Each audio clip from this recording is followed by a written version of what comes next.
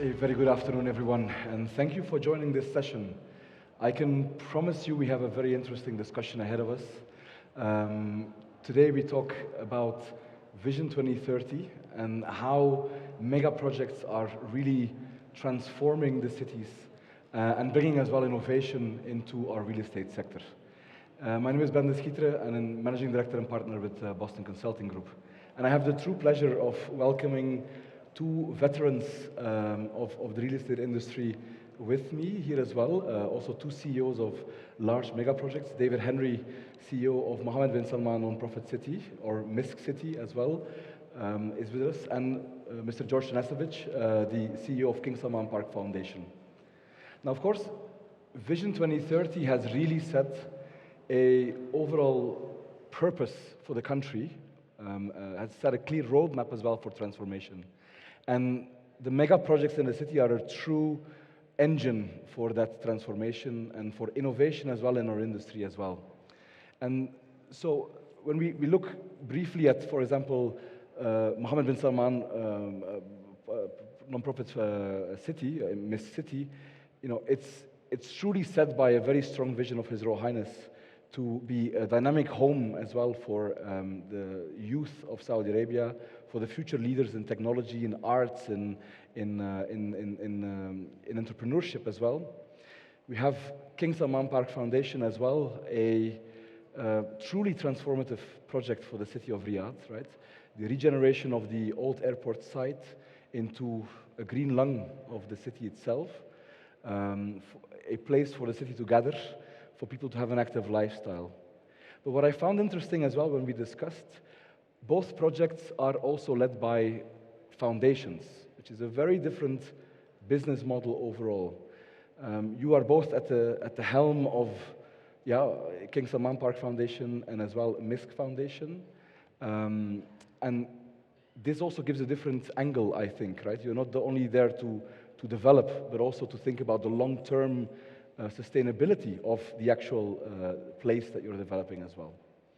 So I'm very happy to have this discussion with the two of you. Thank you very much for joining us. Maybe my first question, David, starting with you. When we look at, indeed, MISC City, how has Vision 2030 really inspired the city? And as well, when we look at how you're building the city, how you're building the organization, how does it inspire you and the city itself? Thanks, Ben. Good afternoon, everyone. I think if I look back on my 6 years here, the vision His Royal Highness had for MISC City was really about opening up the opportunity for Saudi youth. And as you know, given you had some input into the original brief, he had a vision to build a real estate-led ecosystem, and then to house all the subsidiary businesses owned by the foundation at that time in the city.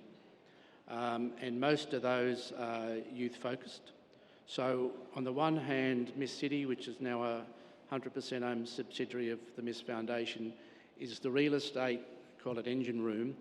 The programs that I think respond to Vision 2030 are delivered by, in many ways, the foundation.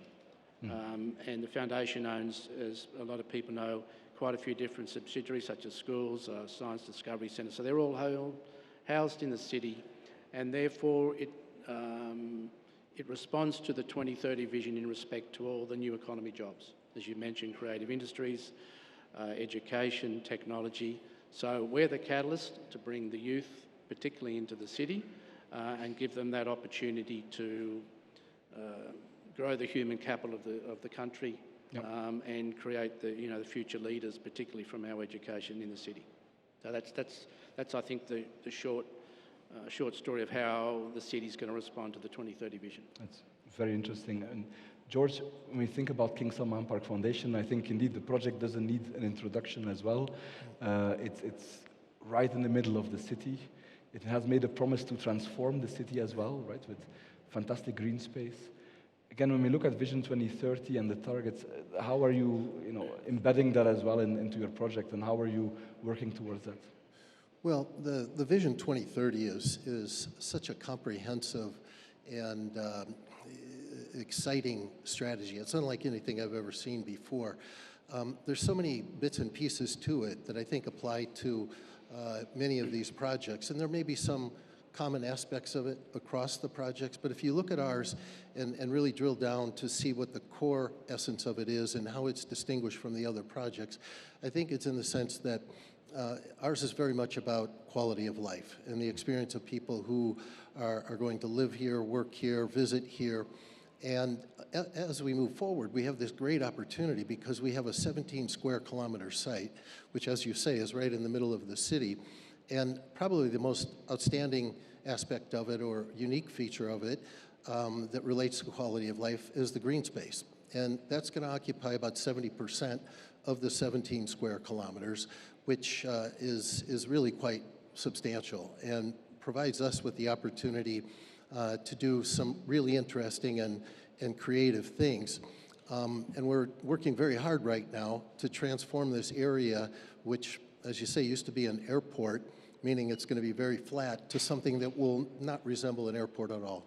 The earthworks that we're engaged in right now are reshaping this piece of land in ways that you can barely imagine. But outside of the green area, we're going to have commercial districts or mixed-use districts that will have residential and commercial and food and beverage and hospitality, you name it. It kind of reminds me of my old industry, the integrated resorts industry, in the sense that integrated resorts' strong selling point is the idea that there's so many amenities or attractions or opportunities all under one roof. So that convenience factor is very important in that context, but it's just a single property. Yep. And the similarity between what I used to do and what I'm doing now is that it's also a broad menu of opportunities, attractions, and things that you can do. And so we have to think hard about how it is that we lay things out, get the adjacencies right, the connectivity right, and then across these different zones that are going to be developed with us and other partners, we need to make sure that when you look at King Salman Park as a whole, it's a broad menu that offers a wide range of things for people, so they want to live there, they want to work there, they want to continue to visit and come back again. And so as a result, you know, it's a pretty complex process, but we get it right, we're going to really make an impact on the quality of life for everybody who either works with us, lives with us, or comes to visit us. I like the comparison to a resort. In the end, it's a place that you don't want to leave, or that you want to come back to again and again and again, right? And that is, I think, a very interesting Well, we need to make sure that we have certain things there that will draw people in because they're recurring and we're building a reputation or a brand around them, but then there needs to be a component of things that is constantly refreshing over time, so that, you know, there's new reasons to come back and enjoy King Salman Park. No, absolutely. And maybe, I mean, we touched upon around already innovation itself, and maybe that's the next topic that I would like to discuss with you. I mean, these mega projects, they also have a certain responsibility, right? The idea is also that they transform the industry, the real estate sector as well, right? They transform the way we design our communities, the way we build our communities, but also the way we will operate and use our communities. David, going back to you, I mean, you started already in 2018 with Miss City. Could you maybe highlight some of these key innovations that you've already brought into the project itself, into how we develop the city? Yeah, I think the first thing I noticed, particularly in the master plan competition that His Royal Highness eventually approved, is there were very few what I'd call mixed-use projects in Riyadh. So that was an innovation in itself, and now we've seen other projects roll out where mixed use is now the predominant business model.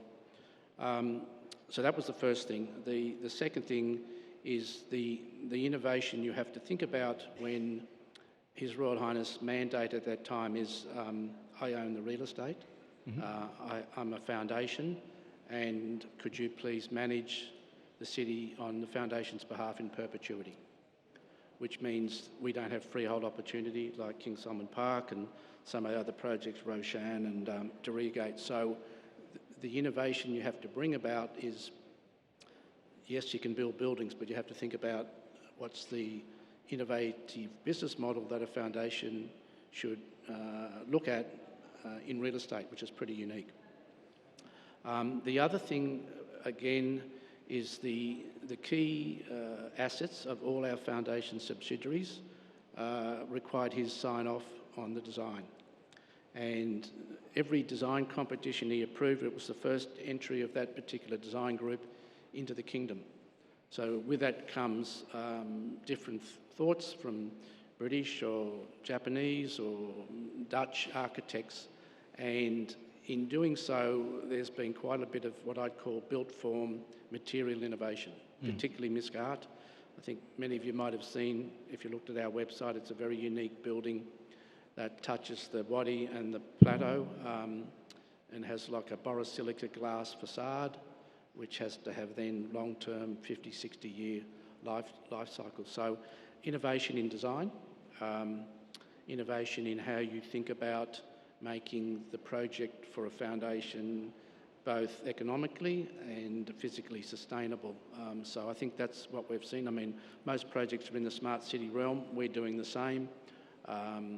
So it's innovative in the country, but I said I don't think it's particularly everyone's doing it now. What you have to do is actually invest in the innovation in sustainability and smart city, which makes a difference, and that's affordable because, as I said, it's not a commercial real estate transaction where you sell real estate. It's actually we keep it and we bring in partners who want to rent or lease office buildings or apartments. So maybe quite jumping on that, David, I mean, the fact that you're also operating all of your assets going forward, how has that influenced as well your decisions in terms of technology, in terms of design, material uses? Are you thinking differently than, I mean, in your previous life you were a developer, right? Yeah, correct. Are you thinking differently about it? You have to. I think, as I said, the current mandate is please manage the city for me and don't give me any headaches, right? So therefore, the life cycle that a typical maybe short-term thinking developer would, you just build a building, you're going to sell it, so it doesn't really matter what happens 5 years, 10 years down the road. Here, particularly with our Science Discovery Centre Museum, and they're there for the next 30, 40, 50 years, operated by, by one of the subsidiary business of the foundation. Joe, your thinking is different. The other thing is we've invested now in the digital twinning, which might be a buzz, but it actually does make sense in our case because it should lead to a very efficient management operation of the city.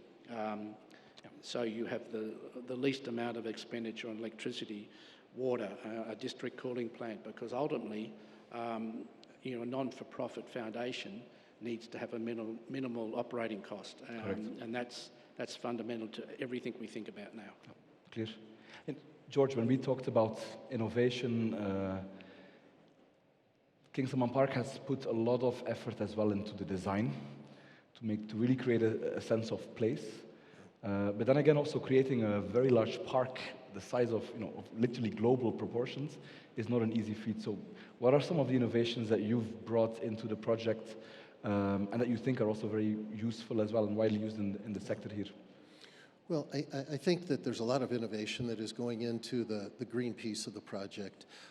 We're going to have over 1 million trees. We're going to have 800 different species, 600 of which are not indigenous to Saudi Arabia.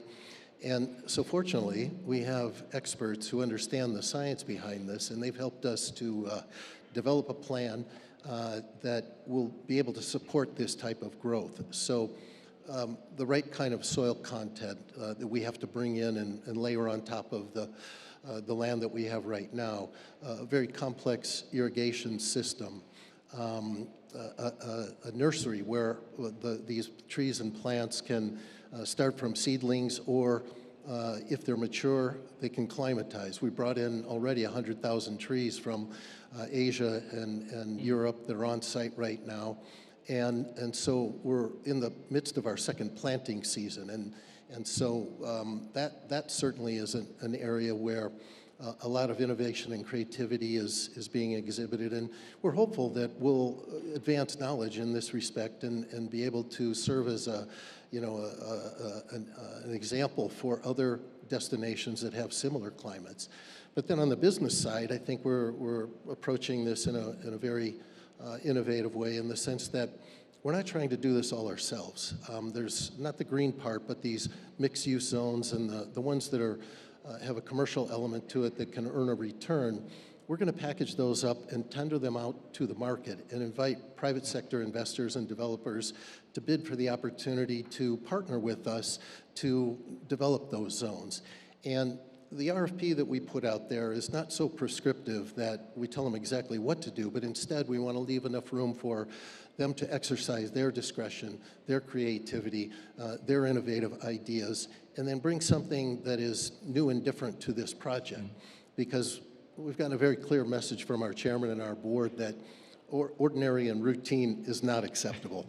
And as a result, we're trying to create something in every respect that is very special and that is new to this market and really new to the world in the sense that nothing like this has ever been done before in a climate or an environment like this. So, you know, the opportunity for creativity and innovation spreads throughout the entire project. And I'm keen to understand, George, I mean, what has been the response of the private sector, of the developers that you work with? I mean, many of them, you know, in the room here, has the response been positive? Has the, you know, what's been the initial feedback? Very positive. We've already completed the tender process for one zone, and Nigel Raji is on site right now. We're doing construction works there. We're in the midst of the RFP process for the second zone that we've tendered out. And we've got the next one ready to go, actually the next two ready to go. And so far, this response has been very positive. I think people recognize that this is a great opportunity and a fantastic location, that the mix of assets that are going to be spread around the green area provide for lots of synergies and will be very attractive. Quite frankly, I think we're going to have the best views in all of Riyadh for our residential properties. So it should attract a lot of attention, not just from investors, but people who want to come and buy a residence or set up a business or just participate in the exciting economic growth that we're going to generate. Fantastic. Look, David, I have one more question for you. I mean, I'm very keen to understand, MISC Foundation is all about Saudi youth. Sure. And so how do you build a city for youth? How have you changed your master plan? What is different about your district than the rest of the city that would really appeal to youth, to you know, young entrepreneurs, startups, etc.? I think, as I mentioned before, all the subsidiaries of the foundation will relocate in the master plan, and that was His Royal Highness's vision back in 2018. And so we'll have about 2,000, put aside the teachers, but 2,000 employees, which are pretty much youth. There's also a keen desire, I think, from His Royal Highness that as many of the foundation employees live in the city. So you look at what does the youth of the world look for today? The challenges are getting a job. So we encourage that through all the foundation subsidiaries moving there. The next thing is, how do I get affordable housing? A challenge all over the world. So in a mixed-use precinct, we have everything from studios to two-bedroom apartments. The other thing, I think the youth of the world are looking for recreation space. So 40-odd% of our land is recreation space. We've finished our sports fields already. We have 3 schools, so the youth of the city start off at grade 5. So a little 7 or 8-year-old girl or boy will start their schooling in the city and ideally migrate through the ecosystem and ideally then do training. So then the whole offering is affordable housing, a roof over your head, employment opportunities, everyday service, and then in essence, when you put together the subsidiary businesses, we're really building from scratch a youth-focused cultural centre. Yep. And hopefully, time will tell, and we plan to open the city for living towards the end of the year. That will be attractive not only to our own staff, but to the wider youth-focused market. And then on the other side of that, we operate the City Hub, have for the last couple of years. We host hackathons. A lot of the programs that the foundation run are held in the city. We were fortunate to host the Miss Global Forum in November last year, which is, as you know, it's a youth-focused mini Davos, and we have people from all around the world. Bill Gates was there in November to speak, so that's encouraging people, particularly in the youth, and we bring youth-focused speakers from all over the world. So that's how you try to then brand the city, if you like, a youth-focused ecosystem. It's interesting. You're not only building a city, you're building essentially a community. And I think that's a very, very interesting point. Look, and we're running out of time. So before we close, I wanted to ask each of you if you have one big thing that you would like to really leave as a legacy as well on the projects that you run, one big innovation that that is for you, your moonshot, your what you want to achieve, what would that be? Maybe George, starting with you. Well, I think our project is all about transformation. You already mentioned sort of the urban regeneration aspect of it, converting this former airport into a green space that has all kinds of lifestyle elements in it. But I think the transformation of the physical will lead to other transformations as well. Most notably, the increase in awareness and the increase in understanding about what is happening here in Saudi Arabia and in Riyadh in particular. I'm almost embarrassed to admit how little I knew about this place until I started learning about this opportunity, become involved in this project, and then ultimately moved here. But I think it's to most people out there, at least who I interact with, it's a hidden secret. And through these big projects that are going to grab attention through the media, people are going to start to take note. They're going to start to ask questions. They're going to get curious. They're going to plan trips to come here. And I think that's going to open up a whole new world of opportunity and transformation for this market. And so I think it's an extremely exciting aspect of not just our project, but everything that's going on here under the 2030 vision. And so ultimately, what I hope is our contribution will be to all of that's happening here is that we'll be a catalyst for the next step. We're all focused on, and we frequently refer to 2030, but that's not an endpoint. That's just a platform from which the next great plan can innovate and build and contribute lots of great things to this market and to draw more people in so that they can come here and learn what a wonderful place this is and experience all that it has to offer. Yeah, and then hopefully King Salman Park will be a real destination as well for many people who visit Riyadh in the first time, right? And an enjoyable place for them, yeah, absolutely. David? Our current strategy is to finish what you call first stage build out about 2034, 35. So a legacy would be to me that the place is full. I've got close to 20,000 people living there. I've got young startups moving through the education program, and the place is activated. The challenge I face, and I think a lot of projects in Riyadh do, is how do you maximise the investment in your assets by people using 24/7. Now, you might not get close to it, but my challenge is to make sure people are on the streets at 5 a.m, going to the gym, getting a coffee, and given the Saudi culture, they're there at 2 or 3 a.m. in the afternoon, and in between with people living there, people working there, people visiting your art institute or your science discovery centre, you've got this vibe happening. Yep. The smart city is just a technology support for your community. And we have a wonderful partner across the road, Dorigo, Jerry's here. So it's the interaction between the old historical part of the kingdom, the new part, Sports Boulevard through the middle. It's a melting pot of just fantastic opportunities. So come back in 10 years and see all that working would be the legacy. Fantastic. Look, with this we close. Thank you, George. Thank you, David, for sharing your experience with us. And I think what we've been able to establish in this discussion is how truly transformative on multiple levels these mega projects are, right? And they're not just transforming, again, the city, they're changing the way we build our cities, the way we're going to operate our cities, the way we think around greening in the desert. I mean, truly transformative. So thank you very much for sharing your experience, and we truly wish you the best on both projects, and we look forward visiting in the next few years both Mist City and King Salman Park. Thank you. Thank you.